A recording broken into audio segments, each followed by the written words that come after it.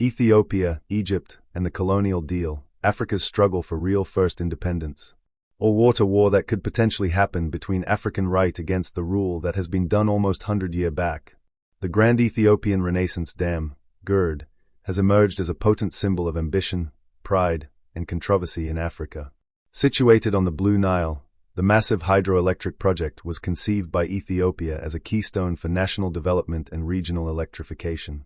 As the dam nears completion, it carries both the aspirations of millions hoping for economic upliftment and the anxieties of those who fear the implications for water security downstream.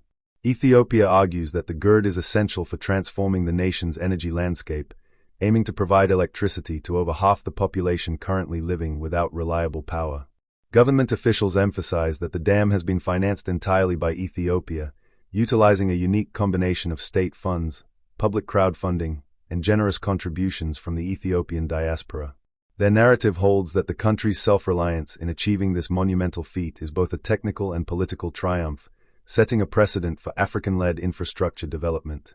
However, not all regional players share Ethiopia's sense of victory. Egypt, which relies on the Nile for up to 97% of its freshwater needs, views the GERD as a direct challenge to its water security. Cairo's fears are compounded by Sudan's similar anxieties, making the dam a flashpoint in a delicate web of regional relationships. Egyptian officials warn of catastrophic shortages and potential upheaval if water flows are even temporarily reduced, turning GERD negotiations into a high-stakes diplomatic tussle. The controversy intensified recently with former U.S. President Donald Trump's repeated assertions that the United States had funded the dam, a statement categorically denied by Ethiopian leaders and independent analysts. In a high-profile media interview, East African geopolitical commentator Mr. Zemedina Ngetu dismissed Trump's claims, providing a detailed account of how global financial institutions, including the World Bank, rebuffed Ethiopia's appeals for loans. According to Ngetu, the dam's financing is thoroughly documented as an Ethiopian-led endeavor, with no verifiable evidence of American involvement. Trump's interest in the dispute appears tied to broader geopolitical aims. By aligning himself with Egypt's position, analysts suggest the former president hoped to extract concessions related to the tense situation in Gaza, particularly regarding Egypt's cooperation with Israel. Egypt, meanwhile, has sought to leverage its strategic relationship with Washington to pressure Ethiopia at the negotiating table, adding complex new dimensions to an already fraught issue.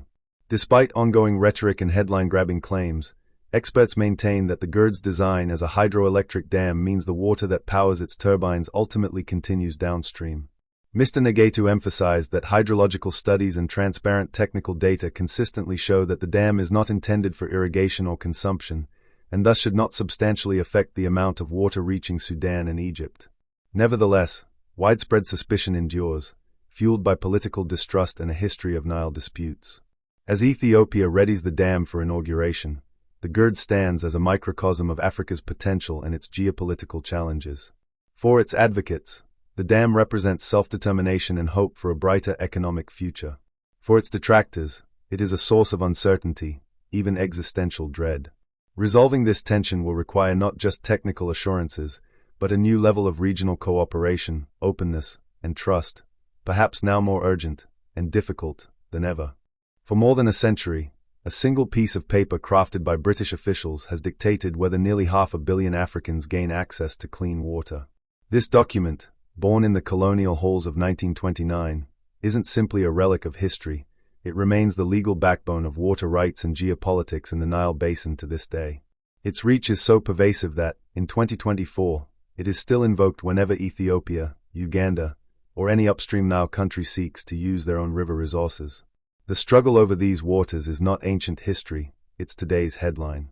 Ethiopia's triumphant completion of the Grand Ethiopian Renaissance Dam, GERD, Africa's largest hydropower project, has sent ripples across the continent and triggered alarm bells downstream.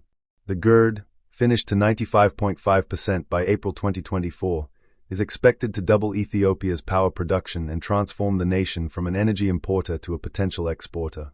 Major international players, especially China, see this as an industrial opportunity, with new investment agreements flooding into Ethiopia.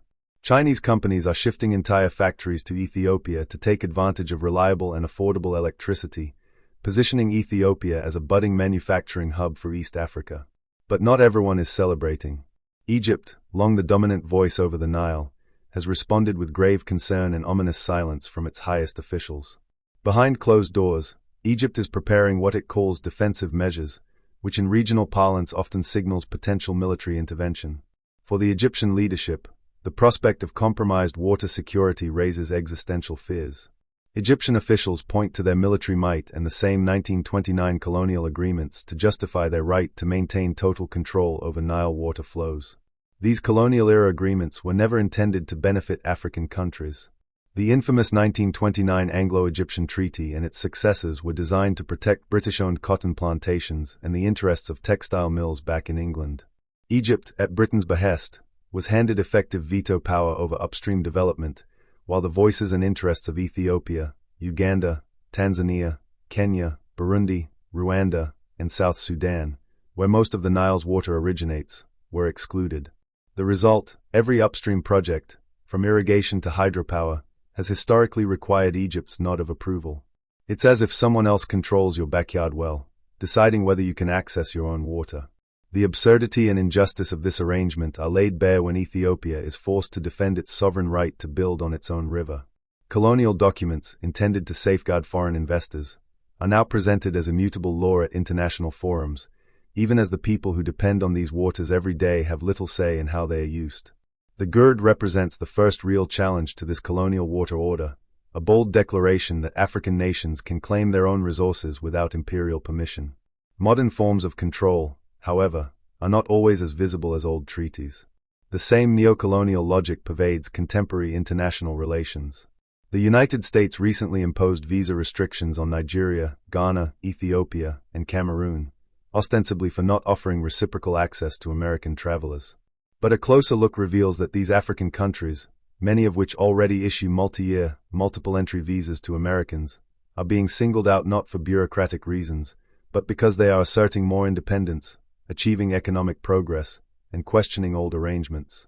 Meanwhile, punitive tariffs are imposed on African exports, and critical infrastructure projects face obstructions rooted in old power dynamics. The countries targeted by these measures are not random. Nigeria is Africa's largest economy and oil producer. Ethiopia houses the African Union's headquarters and is now emerging as an energy giant. Ghana is a growing tech hub and a model for democracy. Cameroon sits at a strategic crossroad between West and Central Africa. These nations are asserting their autonomy, often in direct defiance of old colonial expectations. The visa and trade restrictions serve as thinly veiled warnings, challenge the old order, and there will be consequences. Yet, bold leaders are flipping the script. Instead of asking for permission, Ethiopia built the GERD with domestic resources, crowdfunded by citizens and the diaspora, creating facts on the ground before inviting Egypt and Sudan to the inauguration. This was a masterstroke: attend and legitimize the dam or boycott and signal your irrelevance. The symbolic shift is profound. It is not just about water, but about rewriting the unwritten rules that have kept African countries at a disadvantage for generations. The ripple effect is spreading. Uganda is pushing forward with hydroelectric projects despite Egyptian objections. Rwanda is boosting energy independence. Kenya is investing heavily in renewables. The Ethiopian model, act with strength, claim your rights, and negotiate from a position of accomplishment, offers a new blueprint for Africa. Each successful project inspires others, weakening the grip of outdated colonial agreements and foreign-imposed limitations. What terrifies some global powers is that these assertive moves work. As long as Africans waited for external approval, colonial structures held. But proof-of-concept projects like the GERD reveal the power of action. Engineering, investment, and political will are enough to reshape the fundamentals. With information, economic leverage, and homegrown expertise, Africans are finally poised to challenge and break the colonial chains, one agreement at a time. The real revolution lies in rejecting the premise that Africa's future depends on foreign benevolence or faded imperial paperwork. It is in the confidence to build and innovate against the tide of old-world resistance. Ethiopia proves that access to water, power, and prosperity can be seized by bold action. Now, the challenge is to replicate this defiance across the continent, tackling every relic of colonial control, and charting a new course based on African priorities and aspirations. The ultimate question is no longer whether the colonial chains can be broken. Ethiopia has shown that they can be shattered. The task now is to systematize this resistance, country by country, treaty by treaty, until Africa's resources and its future are truly its own. The revolution for African independence and development is already underway. The next step is to make it unstoppable. Keep tuning. We will get back to you soon with any update on this.